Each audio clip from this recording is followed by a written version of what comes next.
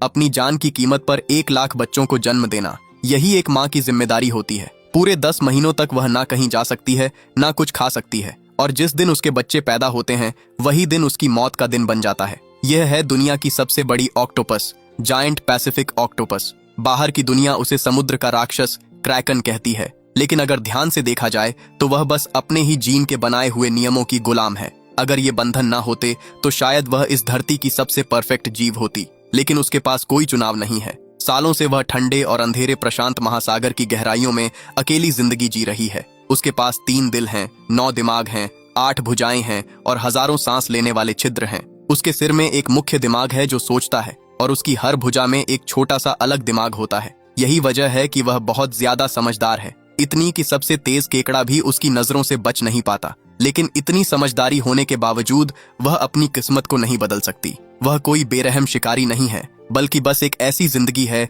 जो माँ बनने वाली है। 4 साल की उम्र में वह अपनी जिंदगी के सबसे अहम मोड़ पर पहुंचती है, क्योंकि वह सिर्फ एक बार ही बच्चे पैदा कर सकती है। अपने बच्चों के लिए ताकत जुटाने के लिए वह जी जान से खाना शुरू कर देती है, क्योंकि उसका हर थोड़ा सा बढ़ना उसके बच्चों के जिंदा रहने के चांसेस बढ़ा देता है। यही प्रकृति का सबसे कठोर नियम है एक माँ के लिए। इस समय उसका वजन करीब 50 किलो होता है, लेकिन उसका यही बड़ा शरीर उसके लिए खतरा बन जाता है। पानी बहुत ठंडा होता है, ऑक्सीजन कम होती है, और उसके तीनों दिल पूरी ताकत से काम करने के बावजूद उसके शरीर को संभालना मुश्किल हो जाता है। इस विशाल समुद्र में बहुत बड़े बड़े समुद्री पौधे उगते हैं जो रोज लगभग 60 सेंटीमीटर तक बढ़ते हैं। ये पानी के अंदर एक घना जंगल बना देते हैं जहां अनगिनत समुद्री जीव रहते हैं। यह जगह जिंदगी से भरी होती है, लेकिन उतनी ही खतरनाक भी। अब उसे हर हाल में एक सुरक्षित जगह ढूंढनी होती है, क्योंकि इस गहराई में भी उसके दुश्मन होते हैं, सी लॉयन, जो उसके सबसे खतरनाक शिकारी हैं। उनके लिए उसका नरम, बिना हड्डियों वाला शरीर सिर्फ प्रोटीन से भरा एक आसान शिकार होता है।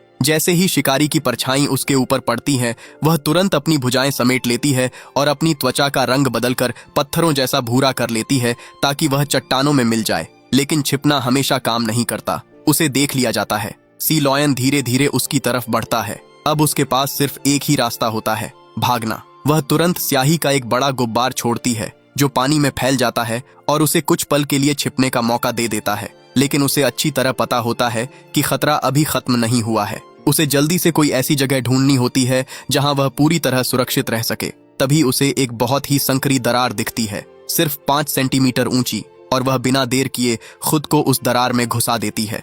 वो जगह भले ही ठंडी और बहुत तंग थी, लेकिन उसके लिए काफी सुरक्षित थी। उसने बड़ी सावधानी से उस दरार के हर कोने को साफ किया और एक एक करके पत्थर लाकर उसके मुंह पर लगाने लगी। ये पत्थर बाहर से आने वाले दुश्मनों को रोक रहे थे, लेकिन साथ ही उसके बाहर निकलने का रास्ता भी बंद कर रहे थे। अब यही जगह उसके बच्चों का घर बनने वाली थी, और उसकी अपनी कब्र भी। जैसे ही अंडे देने का चौथा हफ्ता शुरू हुआ, उसका शरीर धीरे धीरे कमजोर होने लगा। उसकी चमकती त्वचा अब फीकी पड़ चुकी थी, लेकिन अब ये सब मायने नहीं रखता था। उसके सामने 1 लाख अंडे थे, जैसे चमकते हुए अंगूरों के गुच्छे। हर एक अंडा उसकी जिंदगी की कीमत पर मिला हुआ एक सपना था। वो चट्टानों पर ऐसे लटक रहे थे जैसे आसमान में तारे, और उसके आखिरी दिनों को रोशन कर रहे थे। लेकिन अंडे देना ही सब कुछ नहीं था। असली परीक्षा अब शुरू हुई। इन अंडों को फूटने में पूरे 10 महीने लगने थे। इस पूरे समय में वह ना कहीं जा सकती थी, ना कुछ खा सकती थी। बस वहीं रहकर धीरे धीरे अपनी जिंदगी खत्म होते हुए देख सकती थी। इस लंबे इंतजार के दौरान वह लगातार अपनी भुजाओं से पानी हिलाती रहती, ताकि अंडों को साफ और ताजा पानी मिलता रहे। अपने सक्शन कप से उन्हें साफ रखती ताकि हर अंडे तक ऑक्सीजन पहुंचे, और हर पल चौकन्नी रहती ताकि कोई दुश्मन पास ना आ सके। भूख हर वक्त उसके साथ थी। उसकी ताकत धीरे धीरे खत्म हो रही थी।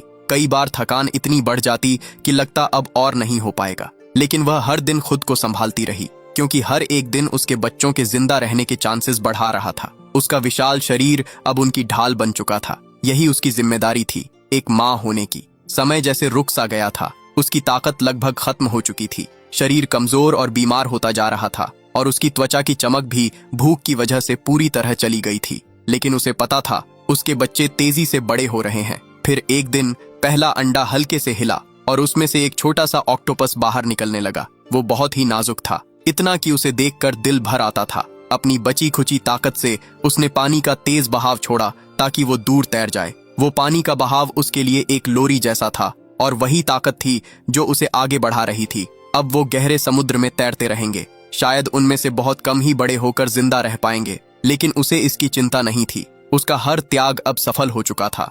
जैसे ही आखिरी बच्चा भी चला गया, उसकी भुजाएं ढीली पड़ गईं और उसकी जिंदगी वहीं खत्म हो गई। वो छोटे छोटे जीवन जो दूर चले गए, शायद कभी ये ना जान पाए कि उसने उनके लिए क्या कुछ किया, लेकिन शायद कहीं किसी कोरल रीफ के पास उन्हें अपने अंदर एक हल्की सी धड़कन महसूस हो, जैसे समुद्र की लहरों के साथ कोई याद बह रही हो। उसकी आखिरी ममता की छाप। उसकी कहानी यहीं खत्म हो गई, लेकिन उसके बच्चों की कहानी अभी शुरू हुई है।